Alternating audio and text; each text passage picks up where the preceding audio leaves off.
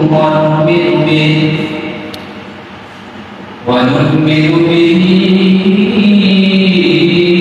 ونتوكل عليه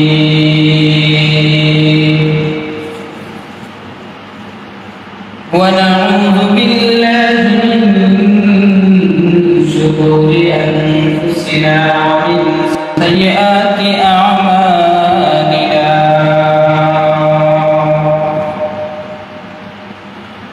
من يهده الله فلا مضل له ومن يضلله فلا هادي له ونشهد أن لا إله إلا الله وحده لا شريك له ونشهد أن سيدنا وسندنا وحبيبنا وحبيب ربنا ومولانا محمدا عبده ورسوله الذي أرسله بالحق بشيرا ونذيرا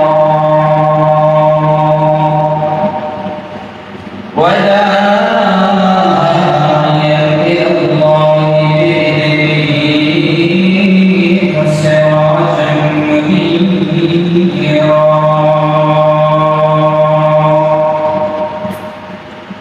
أما بعد فأعوذ بالله من الشيطان الرجيم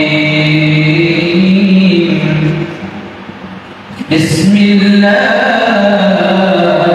الرحمن الرحيم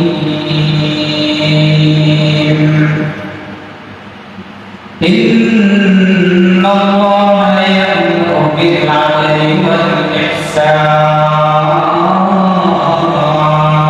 والإحسان وإيتاء ذي القربى وينهى عن الفحشاء والمنكر والبغي يعظكم لعلكم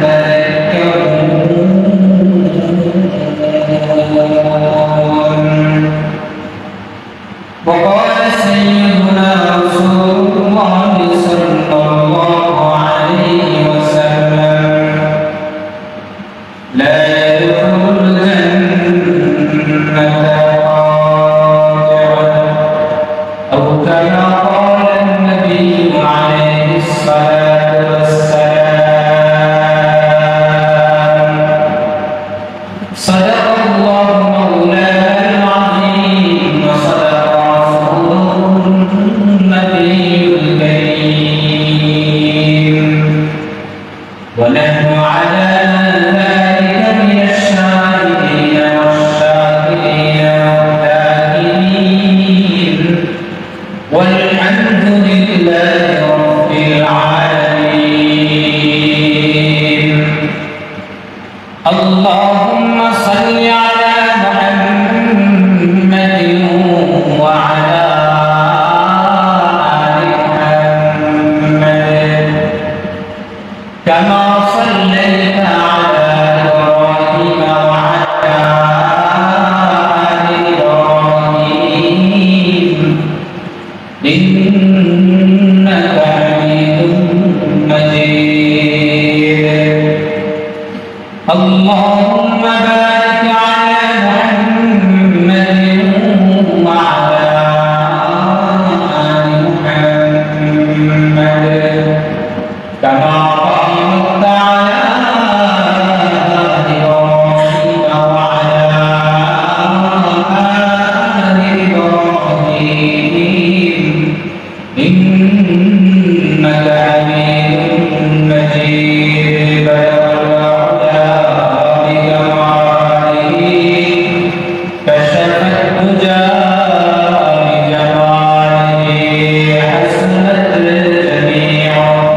خصال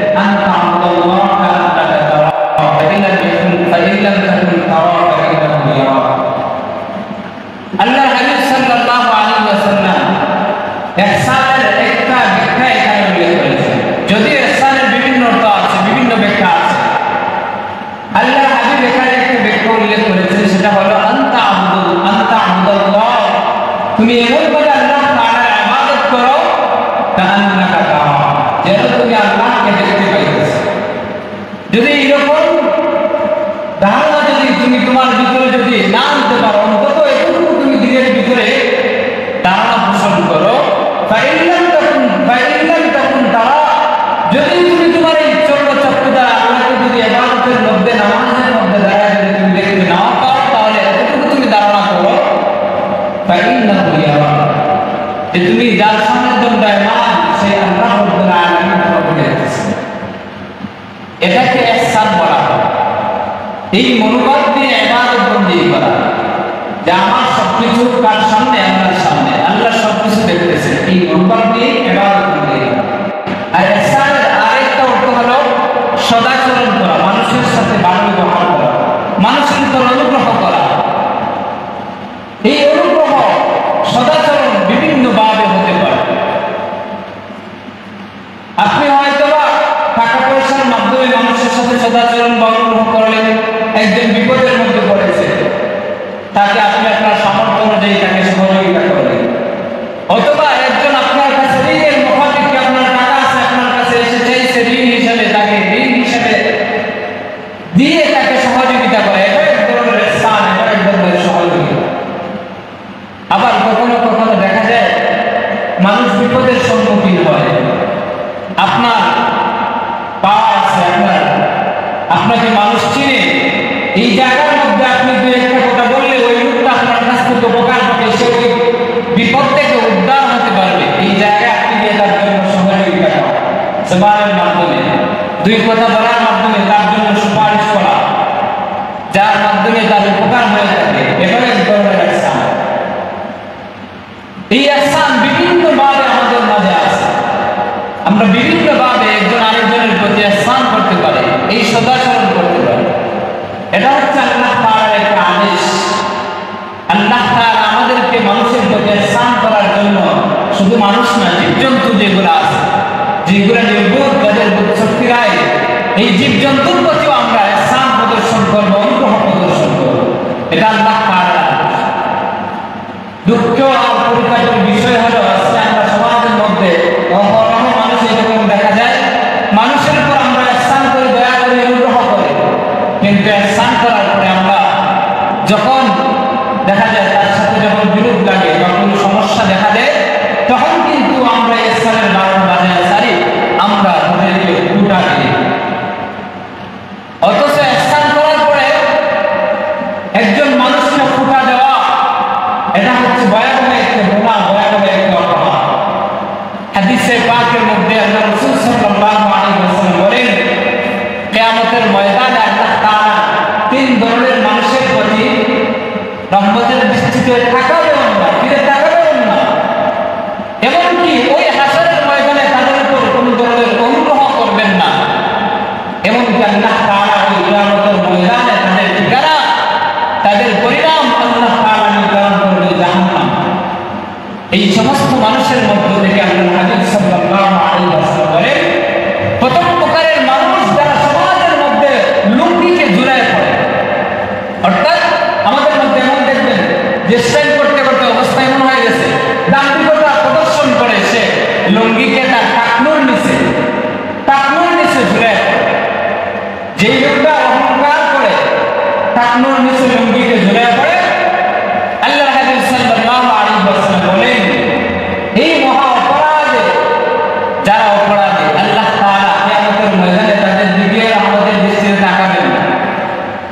দুই নাম্বার, যারা মানুষের উপর দয়া করে, অনুগ্রহ করে, অনুগ্রহ করার পরে কিছুক্ষণ পরে তার সাথে যোগাযোগে লিপ্ত হয়ে গেলে বা কোনো কারণে তার সাথে আঘাত আসলে, তখন সে ওই অনুগ্রহের উপর ঘুটা দেয়।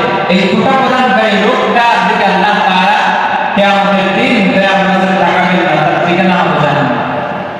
আর তিন নম্বর প্রকারের মানুষ হলো ওই সমস্ত ব্যবসায়ী যারা ব্যবসা বাণিজ্য করে মিথ্যা শপথ করে, আল্লাহর কসম, আল্লাহর শপথ, আমি এত টাকা দিয়ে কিনছি, আমি মাত্র 5 টাকা 10 টাকা তোমার কাছ থেকে লাভ নিতেছি, বাস্তব করতেছে, কিন্তু অনেক টাকা এই একটা পণ্য বিক্রি করে সে খরিদ্দারের কাছ থেকে সে নিতেছে, কিন্তু মিথ্যা শপথ করেছে।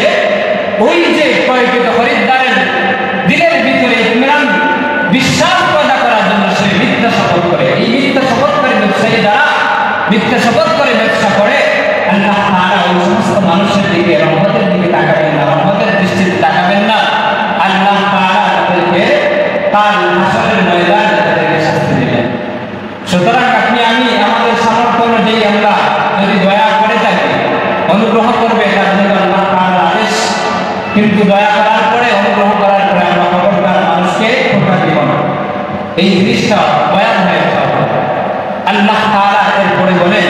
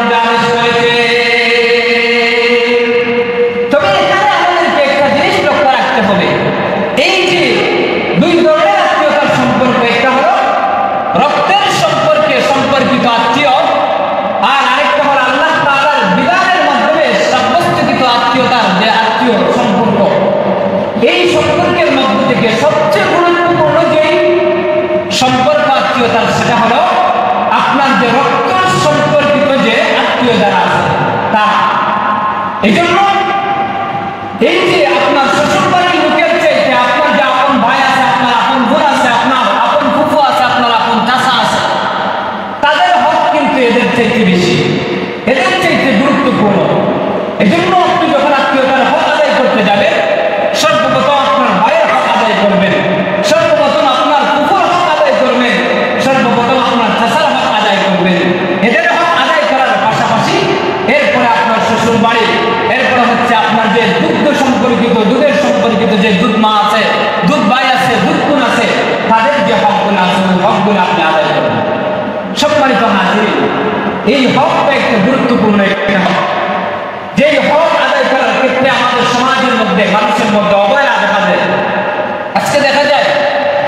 শ্বশুর বাড়ির মানুষের প্রতি এতটা দয়ালু না, এতটা দয়ালু যতটা দয়ালু না আমরা আমাদের আপনজন যারা আছে, আমাদের রক্তের সম্পর্কিত আত্মীয় যারা আছে তাদের প্রতি কিন্তু আমরা এতটা দয়ালু না। অনেক মানুষ আছে দেখেন লক্ষ লক্ষ টাকা ইনকাম করে, টাকা পয়সা সবগুলাই এই যে বই মন রাখতে গিয়ে শ্বশুর শাশুড়ি মন রাখতে গিয়ে শ্বশুর বাড়িতে সব টাকাই দেয়, তাদেরকে নিয়মিত টাকা পয়সা দেখাশোনা সবগুলাই কিন্তু করে থাকে। কিন্তু এই যে আমার রক্তের সম্পর্কিত আত্মীয় যারা আছে, আমার ভাই আছে, আমার চাচা আছে, আমার ফুফু আছে, আমার বোন আছে, তারা নিয়মিত খেতে পাইতেছে কিনা, তারা নিয়মিত কাপড় চোপড় করতে পারতেছে কিনা, এই জিনিসটার প্রতি আমরা আজকে খেয়াল করি, এই জিনিসটার প্রতি গুরুত্ব নাই, আমরা এই জিনিসটার প্রতি অবহেলা প্রদর্শন করি। সম্মানিত হাজরিন, আপনার উপর যে রকম ভাবে আপনার নিজেরও একটা হক আছে, আপনি সামর্থ্যবান হলে আপনার যতটুকু সাধ্য আছে সেই সাধ্য অনুযায়ী আপনার আত্মীয় স্বজনের কিন্তু আপনার উপর হক আছে। আপনার যদি 2 টাকা দিয়ে সহযোগিতা করার মতো সামর্থ্য থাকে, আপনি আপনার আত্মীয় স্বজন যারা তাদেরকে 2 টাকা দিয়ে হলেও আপনি সহযোগিতা করবেন, এটা আল্লাহ তাআলার আদেশ। আপনার যদি 1000 টাকা দিয়ে সাহায্য করার মতো যদি ক্ষমতা থাকে, তাহলে আল্লাহ তাআলার আদেশ হলো আপনার এই আত্মীয়তার সম্পর্ক বজায় রাখতে গিয়ে আপনি আপনার আত্মীয়দেরকে 1000 টাকা দিয়ে সহযোগিতা করা, 1000 টাকা দিয়ে হলেও সহযোগিতা করা। আপনার টাকা পয়সা নাই, আপনি তাদের সাথে সুন্দর কথা বলার মধ্য দিয়ে তাদের সাথে সুসম্পর্ক বজায় রাখা, আপনার যতটুকু যেইভাবে সামর্থ্য আছে সেইভাবে আপনি আপনার আত্মীয় যারা আছে তাদের সাথে আপনি সম্পর্ক গড়ে তোলা, এটা হলো আল্লাহ তাআলার আদেশ। যেই আদেশটা আমরা অনেকেই মানি না। আল্লাহ তাআলা কোরআনে কারীমের বিভিন্ন জায়গার মধ্যে আল্লাহ তাআলার হকের কথা বলার পরে সাথে সাথে এই হকের কথাও বলেছেন যে তোমরা তোমাদের আত্মীয় যারা আছে, আত্মীয় স্বজন যারা আছে তাদের হক আদায় করো। আল্লাহ তাআলা নিজের হকের সাথে আত্মীয়তার হক আদায় করাকে তিনি জুড়ে দিয়েছেন। এর মাধ্যমে এই জিনিসটা বোঝা যায় আল্লাহ তাআলার হক আদায় করা যেরকম ভাবে বান্দার উপর গুরুত্বপূর্ণ একটা আমল, ঠিক তদ্রুপ ভাবে এই যে আত্মীয় স্বজন আছে, এই আত্মীয় স্বজনের হক আদায় করাও আল্লাহ তাআলার হকের মতো গুরুত্বপূর্ণ একটা হক। সম্মানিত হাজরিন, এই আত্মীয়তার সম্পর্ক আমরা যারা ছিন্ন করি, যারা আত্মীয় স্বজনের খোঁজ খবর নেই না, আত্মীয় স্বজনের হক আদায় করি না, এই আত্মীয় স্বজনের হক আদায় না করলে কিন্তু আমাদের জন্য ভয়াবহ শাস্তির কথা কোরআন এবং হাদিসের মধ্যে উল্লেখ হয়েছে। যে এগুলা আমরা অনেক সময় জানি না, বুঝি না, অনেকেই আমরা জেনে বুঝেও কিন্তু আমরা হক আদায় করার চেষ্টা করি না। কিন্তু জেনে রাখুন, আমরা যদি আমাদের আত্মীয় স্বজনের যদি হক আদায় যদি না করি, তাহলে কোরআন হাদিসের মধ্যে যে সমস্ত ভয়াবহ শাস্তির কথা উল্লেখ হয়েছে, এই ভয়াবহ শাস্তিগুলা কিন্তু আমাদের জন্য কিন্তু অবধারিত আছে। আমরা এইগুলোর সম্মুখীন হব, এজন্য আমাদেরকে এই বিষয়গুলো জানতে হবে, জানার পরে এইগুলোর উপর আমল করতে হবে। আমি কোরআন এবং সুন্নাহ থেকে কিছু উদ্ধৃতি পেশ করব, যেগুলোর মধ্যে আল্লাহ এবং তার রাসূল সাল্লাল্লাহু আলাইহি ওয়াসাল্লাম এই আত্মীয়তার হক বিনষ্ট করলে আমাদের জন্য কি শাস্তি অবধারিত। আল্লাহ তাআলা প্রথমে কোরআনে কারীমের সূরা মুহাম্মদের মধ্যে আল্লাহ তাআলা বলেন, যে লোকটা আত্মীয়তার সম্পর্ক ছিন্ন করে ওই লোকটার উপর আল্লাহ তাআলার পক্ষ থেকে অভিশাপ নাযিল হয়। কি নাযিল হয়? আল্লাহ তাআলার অভিশাপ নাযিল হয়। স্বয়ং আল্লাহ তাআলা আত্মীয়তার বন্ধন ছিন্নকারী লোকটার উপর আল্লাহ তাআলা স্বয়ং তিনি নিজেই অভিশাপ নাযিল করেন। এমনকি আল্লাহ তাআলা ওই সমস্ত মানুষদেরকে বদির বলে, অর্থাৎ যারা কানে শুনে না তাদেরকে বদির বলে আল্লাহ তাআলা সম্বোধন করেছেন। এমনকি আল্লাহ তাআলা ওই সমস্ত মানুষদেরকে দৃষ্টিশক্তিহীন বলে আল্লাহ তাআলা তাদেরকে সম্বোধন করেছেন। তাদের চুপ থাকতেও অন্ধ বলে আল্লাহ তাআলা তাদেরকে ঘোষণা করেছেন। কোরআনে কারীমের মধ্যে আল্লাহ তাআলা বলেন, ফাহাল আসাইতুম ইন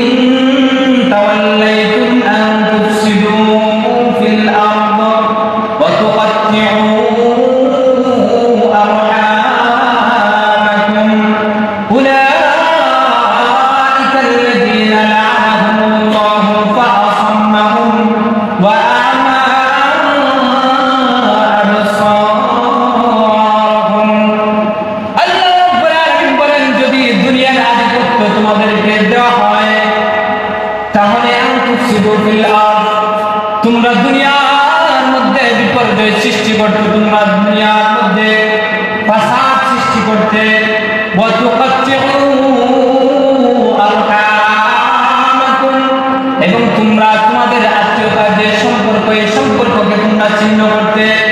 উলাইকা আল্লাযীনা লা'নাহুমুল্লাহু ফাআসাম্মাহুম ওয়া আমা আবসারহুম। আল্লাহ রাব্বুল আলামিন বলেন, যারা দুনিয়ার আধিপত্য পাওয়ার পরে এই দুইটা জিনিসের মধ্যে যদি অপরাধে যদি লিপ্ত হয়, অর্থাৎ দুনিয়ার মধ্যে বিপর্যয় সৃষ্টি করা, ফাসাদ সৃষ্টি করা, পাশাপাশি আত্মীয়তার সম্পর্ক যদি কেউ ছিন্ন করে, আল্লাহ রাব্বুল আলামিন বলেন লা'নাহুমুল্লাহ, ওই সমস্ত মানুষের উপর আল্লাহ রাব্বুল আলামিনের পক্ষ থেকে অভিসম্পাত নাযিল হয়। আল্লাহ তাআলার পক্ষ থেকে তাদের উপর অভিশাপ, তারা হলো অভিশপ্ত। এবং তারা হলো বধির, ওয়া আমা আবসারহুম, এবং তারা হলো অন্ধ। দ্বিতীয় নম্বরে আল্লাহ রাব্বুল আলামিন বলেন, যারা এই আত্মীয়তার সম্পর্ক ছিন্ন করে, আল্লাহ রাব্বুল আলামিন বলেন ওই আত্মীয়তার সম্পর্ক ছিন্নকারী লোকটা হাসরের ময়দানে আল্লাহ রাব্বুল আলামিন তার ঠিকানা যে দান করবেন, তাকে যে জায়গা তার ঠিকানা দিবেন, ওই ঠিকানাটা হচ্ছে মন্দ একটা ঠিকানা, মন্দ একটা আবাস আল্লাহ রাব্বুল আলামিন ওই সমস্ত মানুষের জন্য নির্ধারণ করে রেখেছেন।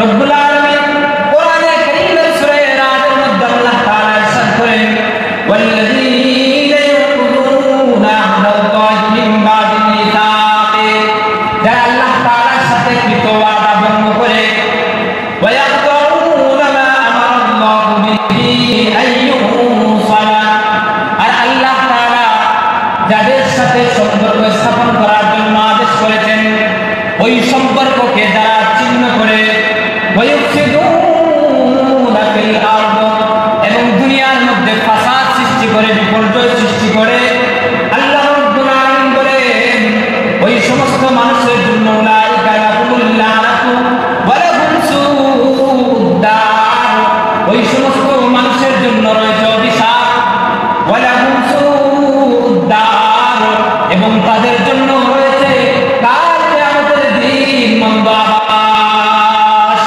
মন্দ জায়গা তাদের জন্য, জাহান্নাম তাদের জন্য নির্ধারিত হয়েছে। সুতরাং যারা আত্মীয়তার সম্পর্ক ছিন্ন করে, আল্লাহ রাব্বুল আলামিন এই আয়াতে কারিমার দুই আয়াতের মধ্যে, দুই জায়গার মধ্যে আল্লাহ তাআলা বলেছেন যে তাদের উপর আল্লাহ তাআলার অভিশাপ, পাশাপাশি অন্যত্র আল্লাহ তাআলা বলেন যে তাদের আবাস হলো মন্দ আবাস, তারা জাহান্নামের মধ্যে তারা নিক্ষিপ্ত হবে, তাদের জায়গা হবে জাহান্নামের মধ্যে। হাদিসে পাকের মধ্যে আল্লাহর হাবিব সাল্লাল্লাহু আলাইহি ওয়াসাল্লাম বলেন, যারা নিজেরা নিজেদের আত্মীয়তার সাথে সম্পর্ক ছিন্ন করে, ওই সমস্ত আত্মীয়তার সম্পর্ক ছিন্নকারী তারা জান্নাতের মধ্যে যেতে পারবে না। আল্লাহর হাবিব বলেন, লা ইয়াদখুলুল জান্নাতা কাতিউন, আত্মীয়তার সম্পর্ক ছিন্নকারী তারা জাহান্নামের মধ্যে যাবে, তারা জান্নাতে যেতে পারবে না। অন্যত্র হাদিসের মধ্যে আল্লাহর হাবিব সাল্লাল্লাহু আলাইহি ওয়াসাল্লাম বলেন, সালাসাতুল লা ইয়াদখুলুনাল জান্নাহ, তিন প্রকারের মানুষ যারা জান্নাতের মধ্যে প্রবেশ করতে পারবে না। প্রথম নম্বরে আল্লাহর হাবিব বলেন, মুদমিনুল খামরি, যারা মদ পানে অভ্যস্ত, যারা নেশা করে, নেশা জাতীয় দ্রব্য যেগুলো আছে এইগুলা যারা পান করে, অর্থাৎ মদ্যপায়ী যারা আছে, তারা জান্নাতের মধ্যে প্রবেশ করতে পারবে না। দ্বিতীয় নম্বরে আল্লাহর হাবিব সাল্লাল্লাহু আলাইহি ওয়াসাল্লাম বলেন, ওয়াকাতিউর রাহিমিন, যারা তাদের নিকটাত্মীয় আত্মীয়তা যারা আছে তাদের সাথে সম্পর্ক ছিন্ন করে, আত্মীয়তার সম্পর্ক ছিন্নকারী যারা আছে, তারাও জান্নাতের মধ্যে প্রবেশ করতে পারবে না। তৃতীয় নম্বরে আল্লাহর হাবিব সাল্লাল্লাহু আলাইহি ওয়াসাল্লাম বলেন, ওয়া মুসাদ্দিকুন বিস-সিহর, যারা জাদুতে বিশ্বাসী, জাদু টুনাতে যারা বিশ্বাসী, এই সমস্ত মানুষও তারা জান্নাতের মধ্যে প্রবেশ করতে পারবে না। আল্লাহর হাবিব সাল্লাল্লাহু আলাইহি ওয়াসাল্লাম বলেন, চতুর্থ নম্বরে যে সমস্ত মানুষেরা আত্মীয়তার সম্পর্ক ছিন্ন করে চতুর্থ নম্বরে যে শাস্তি তাদের জন্য বলা অবধারিত সেটা হলো তারা যে সমস্ত নেক আমল করবে এই নেক আমলগুলো আল্লাহ তাআলা কখনো কি করবেন না, কবুল করেন না। আত্মীয়তার সম্পর্কের যে বিধান আছে এই বিধান পালন না করে, যথাযথভাবে আদায় না করে আপনি আমি যদি ইবাদত বন্দেগী করি না কেন, আল্লাহর হাবিব সাল্লাল্লাহু আলাইহি ওয়াসাল্লাম বলেন ওই ইবাদত বন্দেগীগুলো আল্লাহ তাআলা কি করেন না, কবুল করেন না। হাদিসে পাকের মধ্যে আল্লাহর হাবিব বলেন ইন্নাল আমালা বানি আদম তু'রাদু কুল্লা 50 লাইলা কুল্লা 50 কুল্লা খামিসিন লাইলাতাল জুমআ। আল্লাহ রাব্বুল আলামিন প্রত্যেকটা বান্দার সাপ্তাহিক আমল প্রত্যেক বৃহস্পতিবার রাত্রিতে অর্থাৎ শুক্রবার রাত্রিতে বৃহস্পতিবার দিনগত যেই রাত্রি আসে ওই রাত্রিতে আল্লাহ তাআলার সামনে প্রত্যেকটা বান্দা বান্দির আমলনামা প্রত্যেক সপ্তাহের আমলনামা পেশ করা হয়। আল্লাহর হাবিব বলেন ফালা ইউকবালু আমালু কাতি'i রাহিমিন, যে লোকটা তার নিকটাত্মীয়ের সাথে সম্পর্ক ছিন্ন করে আত্মীয়তার বন্ধন ছিন্ন করে আল্লাহ রাব্বুল আলামিন ওই রাত্রিতে ওই লোকটার যে আমলনামা পেশ করা হয় ওইগুলো আল্লাহ তাআলা কবুল করেন না। আল্লাহ তাআলা ওই লোকটার যে আমলনামা যে আমল করুক এই আমলগুলো কি করেন না, আল্লাহ তাআলা কবুল করেন না। কি কারণে? অপরাধ, সেই অপরাধ হলো আত্মীয়তার সম্পর্ক সে ছিন্ন করেছে। তার নিকটাত্মীয় যারা আছে, আপনজন যারা আছে, এই আপনজনের সাথে সুসম্পর্ক রাখে নাই, আপনজনের খোঁজ খবর নেই নাই, আত্মীয়তার যে বন্ধন আছে এই বন্ধন সে বজায় রাখে নাই। যার কারণে আল্লাহ রাব্বুল আলামিন সে নামাজ পড়লে ওই নামাজের আমলকেও কবুল করেন না, রোজা রাখলে ওই রোজার আমলকেও আল্লাহ তাআলা কবুল করেন না। এমনকি সে যে আমল করুক না কেন এই আমলগুলো আল্লাহ তাআলা কবুল করেন না। কেন? সে আত্মীয়তার যে সম্পর্ক আছে এই সম্পর্ক সে ছিন্ন করেছে, এই জন্য আল্লাহ তাআলা তার আমলকে আল্লাহ তাআলা কবুল করেন নাই। সম্মানিত হাজিরিন, এই আত্মীয়তার সম্পর্ক ছিন্ন করার শাস্তি এমন একটা শাস্তি, এমন একটা ভয়াবহ অপরাধ। কিছু কিছু অপরাধ আছে যে অপরাধের শাস্তি আল্লাহ তাআলা বান্দাকে দুনিয়ার মধ্যে থাকা অবস্থায় দিয়ে দেন। এই যে সমস্ত অপরাধের শাস্তি বান্দা দুনিয়ার মধ্যে থাকা অবস্থায় পেয়ে থাকে, এই সমস্ত অপরাধ সমূহের মধ্য থেকে একটা অপরাধ হলো যে লোকটা তার নিকটাত্মীয়ের সাথে সম্পর্ক ছিন্ন করে, আত্মীয়তার বন্ধন ছিন্ন করে, এই সমস্ত মানুষদেরকে আল্লাহ তাআলা এই দুনিয়ার মধ্যে থাকা অবস্থায় তাকে তার শাস্তি প্রদান করে থাকেন। হাদিসে পাকের মধ্যে আল্লাহর হাবিব সাল্লাল্লাহু আলাইহি ওয়াসাল্লাম বলেন মা মিন যামবিন আজদারু আন ইউআজ্জিলাল্লাহু লিসাহিবিহি আল-উকুবা ফিদ দুনিয়া মা মা ইয়াদখিরু লাহু ফিল আখিরাহ। আল্লাহর হাবিব সাল্লাল্লাহু আলাইহি ওয়াসাল্লাম বলেন যে সমস্ত পাপের কারণে শাস্তি বান্দা দুনিয়ার মধ্যে থাকা অবস্থায় ত্বরান্বিত করে, এই সমস্ত পাপ সমূহের মধ্য থেকে একটা পাপ হলো মিনাল বাগি, সীমা লঙ্ঘন করা, মানুষের উপর দুর্বিচার করা, বিচার করা, মানুষের উপর জুলুম করা। এই জুলুমের শাস্তি বান্দা জুলুম করলে আল্লাহ তাআলা দুনিয়ার মধ্যে তাকে শাস্তি প্রদান করেন। এজন্য বিভিন্ন সময় আমরা দেখতে পাই আমাদের মধ্যে যারা মানুষের উপর জুলুম করে, অত্যাচার করে, দেখবেন মরণের আগে হলেও আল্লাহ তাআলা তাকে যে কোনোভাবে ওই জুলুমের শাস্তি কিন্তু আল্লাহ তাআলা তাকে দুনিয়ার মধ্যে তার অবস্থায় দান করেন। দুই নম্বর আল্লাহ তাআলা বলেন ওয়াতিআতির রাহিমি, যারা তার আত্মীয়তার যে বন্ধন আছে ওই বন্ধন ছিন্ন করে আল্লাহ তাআলা এই দুনিয়ার মধ্যে থাকা অবস্থায় ওই আত্মীয়তার চিহ্ন বন্ধন চিহ্নকালে যে শাস্তি আছে ওই শাস্তিটা আল্লাহ তাআলা দুনিয়ার মধ্যে থাকা অবস্থায় তাকে প্রদান করে। হাদিসের মধ্যে সব হয়েছে আল্লাহ তাআলা যখন আত্মীয়তার বন্ধনে এই যে গুণ আছে এটাকে যখন আল্লাহ তাআলা সৃষ্টি করলেন, সৃষ্টি করার পরে ওই আত্মীয়তার বন্ধন সে আল্লাহ তাআলার সামনে দাঁড়া গেল। আল্লাহ তাআলার কাছে সে অভিযোগ সে পেশ করতে লাগলো, এই রব্বুল আলামিন আপনি আমাকে দুনিয়ার মধ্যে সৃষ্টি করেছেন, দুনিয়ার মধ্যে অনেক মানুষ আছে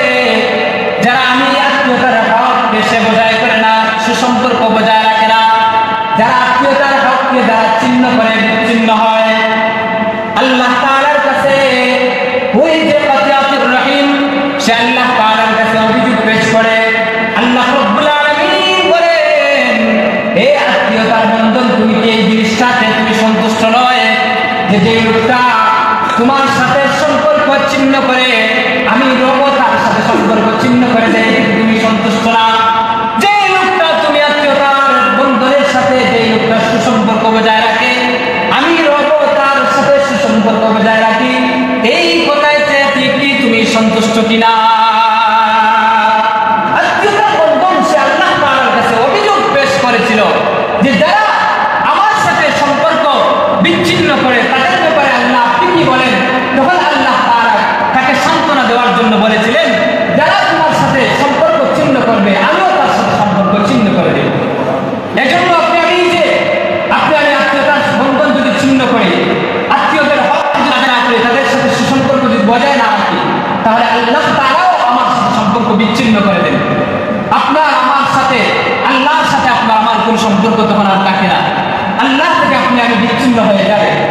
আর যদি আপনি আমি যদি আত্মীয়তার হক যদি আদায় করি, তাহলে আল্লাহ তাআলাও আপনার আমার সাথে সম্পর্ক বজায় রাখেন। হাদিসে পাকের মধ্যে আল্লাহর হাবিব বলেন, যে লোকটা আত্মীয়তার বন্ধন সুসম্পর্ক বজায় রাখে, আত্মীয়তার বন্ধন অটুট রাখে, আল্লাহ তাআলা তাকে বড় ধরনের দুইটা বিশেষ পুরস্কার দান করবেন। এক নাম্বার হলো এই আত্মীয়তার বন্ধন সুসম্পর্ক বজায় রাখার কারণে আল্লাহ তাআলা তার হায়াত বাড়ায় দেবেন, সুবহানাল্লাহ, হায়াতের মধ্যে বরকত দিবেন। দুই নাম্বার হলো আল্লাহ তাআলা তার মালের মধ্যে আল্লাহ তাআলা বরকত দান করবেন। এজন্য আপনার আমার আত্মীয় স্বজন যারা আছে, আমরা আমাদের নিজেদের জায়গা থেকে আমরা যথাসম্ভব তাদের খোঁজ খবর নেওয়ার চেষ্টা করব। আমাদের যাদের সামর্থ্য আছে টাকা পয়সা দিয়ে তাদেরকে সহযোগিতা করব। এর মাধ্যমে আল্লাহ তাআলা আমার সম্পদ বাড়া দিবেন, আমার হায়াতের মধ্যে আল্লাহ তাআলা বরকত দান করবেন। রব্বুল আলামিন